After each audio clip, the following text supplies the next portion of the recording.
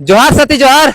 मैं आपका दोस्त जितेंद्र और हमारे साथ तमाम जेबी केसेस के आंदोलनकारी हैं, जेबी केसेस के सदस्य है, राजकिशोर दा है, उधर से विशाल दा है, संदीप दा है, सुभाष दा है, सुबल दा है, राजा दा है, मनोज दा है, मतलब तमाम जेबी केसेस के और भी रवि राज।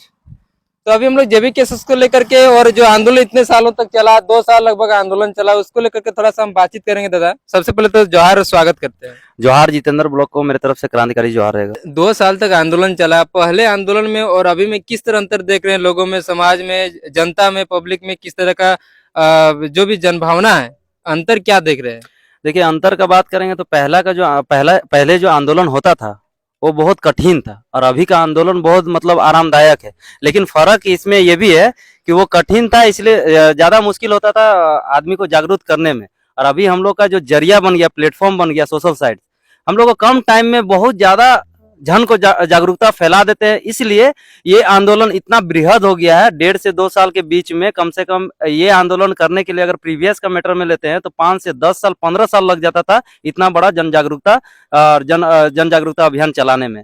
तो फर्क ये है कि अगर आज के डेट में कोई भी इंसिडेंट होता है तो वो हम 1 मिनट के अंदर पूरा झारखंड देश में, प्रदेश में या भारत देश में मालूम चल जाता है। और वही इंसिडेंट अगर प्रीवियस आंदोलन में होता था तो 1 साल लग जाता था जन जगह पे पहुंचने के लिए, बातों को पहुंचाने के लिए। आंदोलन का शुरुआत कहीं ना कहीं भाषा और संस्कृति से हुआ था, तो उस क्षेत्र में किस तरह का परिवर्तन देख रहे हैं? देखिए, सबसे पहला चीज हम एक एग्जांपल देखेंगे, क्योंकि मेरे साथ ही ऐसा हुआ है। आज से 4 से 5 साल पहले अगर मेरा घर में छोटा छोटा 2 बच्चा है, भतीजा भतीजी, जब वो लोग बोलने सीखा तो हम अपना घर में डांटते थे जब उसको खोटा से बात करता था कि नहीं, इसको हिंदी या इंग्लिश में बात करो। तो ये प्रभाव था हमारा अपना राज्य में कि अपना भाषा को हम लोग महत्व नहीं देते थे।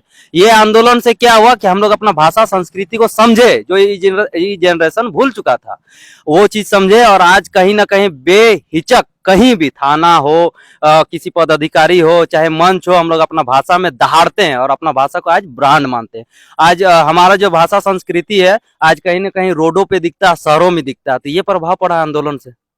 ये भी लोकसभा चुनाव आने वाला है जिसको लेकर जेबी केसेस पूरा तैयारी कर रहा है। बोकारो में किस तरह का जेबी केसेस का असर है? बोकारो का धरती से आंदोलन स्टार्ट हुआ है, धनबाद का बॉर्डर पे स्टार्ट हुआ है, और आज बोकारो और धनबाद का आंदोलन नहीं रहा, पूरा झारखंड बृहद, यहाँ तक बोल दे रहे हैं कि आउट ऑफ झारखंड भी हो गया। दादा का फोन दूसरे राज्यों से फोन आता है तो प्रभाव समझ सकते हैं, जबकि हम लोग का नेशनल न्यूज आज तक बना नहीं है। सिर्फ सोशल साइट्स के जरिए इतना बड़ा आंदोलन छिड़ा है। और क्या लग रहा है, इतना सारा जो जनसभा हो रहा है टाइगर जयराम मतोदा का, वहां पर इतने सारे भारी संख्या में लोग शामिल हो रहे हैं, तो इसको वोट में कैसे कन्वर्ट किया जाए? इसका कुछ प्लान कुछ है? नहीं, कुछ प्लान करने का जरूरत नहीं, और पैसा को लेकर सोचने का भी जरूरत नहीं। अगर हमारा जेबी केसेस का संगठन में भी अगर कोई सोचते हैं कि चुनाव में पैसा का जरूरत पड़ेगा, कैसे क्या होगा, पैसा तो किसी के पास है नहीं, तो सभी जनता और सभी अपना संगठन के आदमी लोग को एक संदेश, ये मेरा अपना खुद का ओन थॉट है कि आज तक भैया एटलीस्ट 2000 से प्लस सभा कर चुके हैं 1.5 साल के अंदर में। तो वो सभा अगर कोई पाटीधारी या कोई नेता करता है उतना बड़ा सभा, तो कम से कम 1 करोड़ तक खर्चा आ सकता है मिनिमम, मतलब सॉरी मैक्सिमम। और आपका ऐसे मिनिमम ले तो 5 लाख तो हार्डली होगा ही होगा। तो 2000 का सभा में क्या टाइगर जयराम महतो का पॉकेट से 1 भी रुपया लगा है? प्रोग्राम तो टाइगर जयराम महतो का ही हुआ है ना। तो क्या इतना बड़ा सभा में टाइगर जयराम महतो का 1 भी रुपया लगा है? नहीं लगा है। लेकिन दूसरा कोई नेता या प्रतिनिधि करता है तो उसका पॉकेट से पैसा लगता, उसका संगठन से पैसा लगता। तो आप ये समझ सकते हैं कि जनता टाइगर जयराम महतो को, जेबी केसेस को इतना पसंद करता है कि खुद का पैसा चंदा इकट्ठा करके उनका सभा करवाता है, और अपना पैसा देके वहां तक दूर तक 100 किलोमीटर 200 किलोमीटर जाते हैं। तो जो हम लोग को बरगलाने का कोशिश जो कर रहा है कि चुनाव में पैसा का जरूरत होगा या लोगों को भड़काने का जो कोशिश कर रहे हैं, तो याद रखिएगा, एक आवाज और घर घर से चावल के साथ साथ पैसा भी आएगा, और एक बेटा को त्याग भी देगा टाइगर के लिए। ये है बदलाव आज का झारखंड प्रदेश का, क्योंकि झारखंड राज्य ऐसा है कि अपना हक अधिकार के लिए पूर्वज 100 साल से ज्यादा अपना जान को आहुति दिए हैं। हमारी माँ बहने अपना इज्जत उनका खतरे में आया है। आप देख सकते हैं आज से 1975-73 का मामला में बहुत ऐसा इंसिडेंट होता था कि माँ बहनों का इज्जत खतरे में रहता था। जो भी कोई आंदोलनकारी अगर आगे बढ़ता था अपना हक अधिकार के लिए, उनके साथ साथ उनको उनको उनका तो हत्या होता ही था, उनके साथ साथ उनका परिवार का भी निस्तो नाबूद हो जाता था। आगे क्या संदेश देना चाहेंगे आंदोलन को लेकर के जनता को या चुनाव को लेकर के? चुनाव को लेकर यही चीज बोलेंगे कि किसी को घबराने का जरूरत नहीं है, और जनता आपको भी अगर कोई बरगलाता है कि पैसा खर्चा होगा, ये होगा वो होगा, तो बड़ा बड़ा जनसंख्या टाइगर जयराम होतो के सभा में आता है, 1 रुपया खर्चा नहीं होता है। तो ये 2024 पूरा रंग लाएगी, और 2024 में एक ऐतिहासिक जीत होगा जेबीकेएसएस का, टाइगर का। देखते रह जाएगा यहाँ का जितना भी पाटीधारी है और जितना भी बीच का बिचौलिया है, वो लोग तरसते रह जाएगा, देखते रह जाएगा। कितना मुर्गा दारू पैसा कर लीजिए, कोई बिकने वाला नहीं है। बहुत बहुत धन्यवाद दादा। धनबाद से दो दादा आए हुए, उनसे भी हम थोड़ा सा बात कर लेते हैं। विशाल दा, दादा आपका भी सबसे पहले स्वागत करते हैं, जोहार करते हैं। जोहार। टाइगर दा का सीएम बनाना है?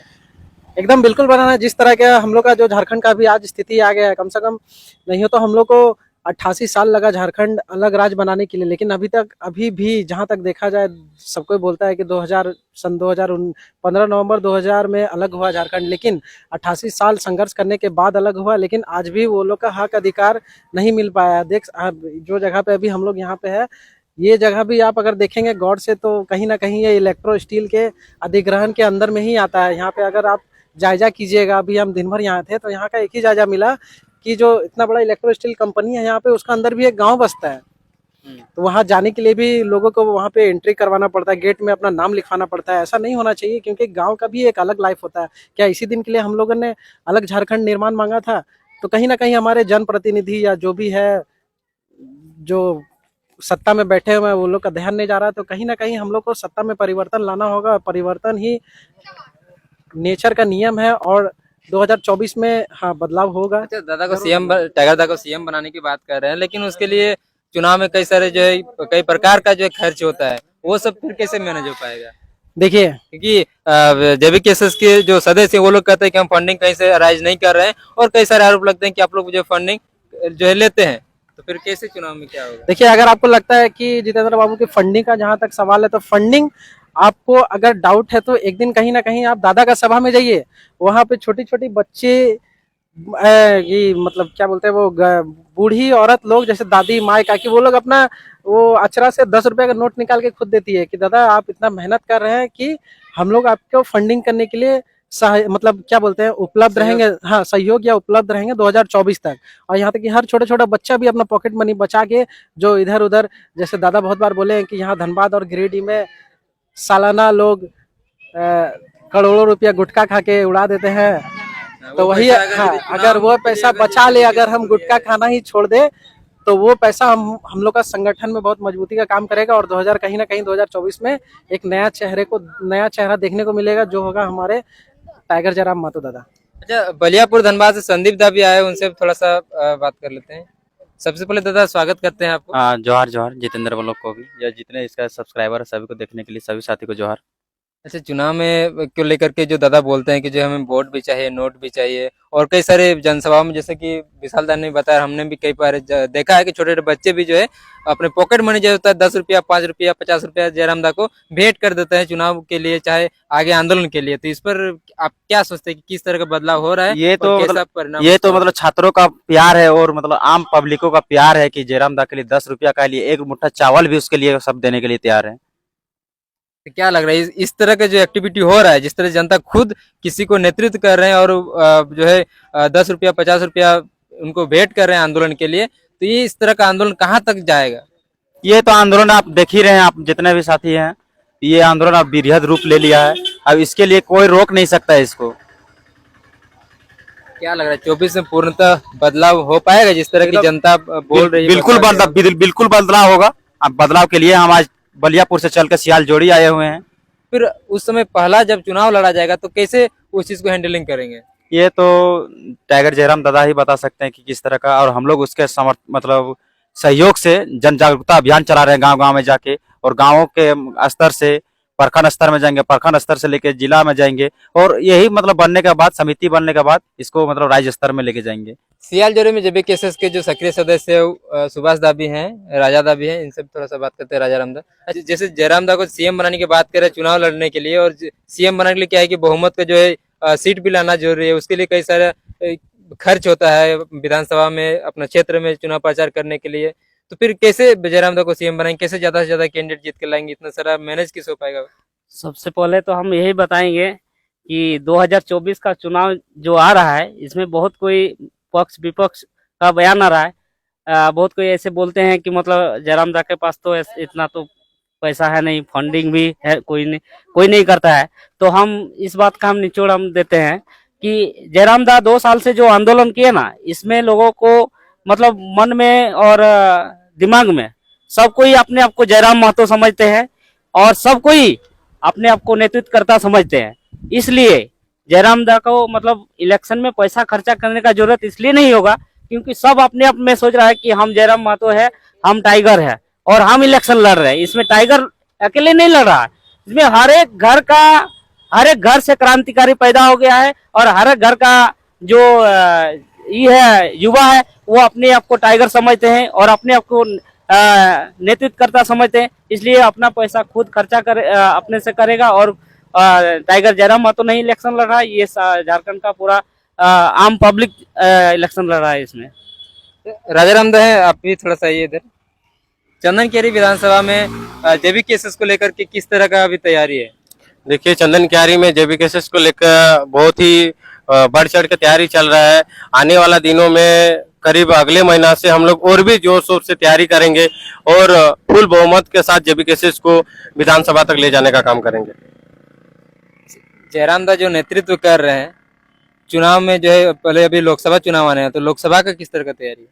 अभी देखिए, लोकसभा का तैयारी भी बहुत ही जोरों से चल रहा है। सबसे पहले विधानसभा से पहले लोकसभा आएंगे, और हम लोग चारों तरफ के सदस्यों को जोड़ने का काम कर रहे हैं, एक लोगों को जागरूक करने का काम कर रहे हैं। अंत में झारखंड की जनता को, झारखंड के तमाम झारखंड वासियों को क्या संदेश देना चाहेंगे?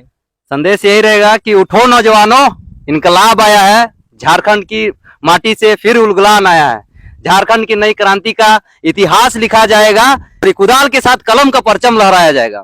अब नहीं लड़े तो शेष कुछ न बच पाएगा, मरने के बाद अपने शहीद पूर्वजों के सामने क्या मुंह दिखाइएगा।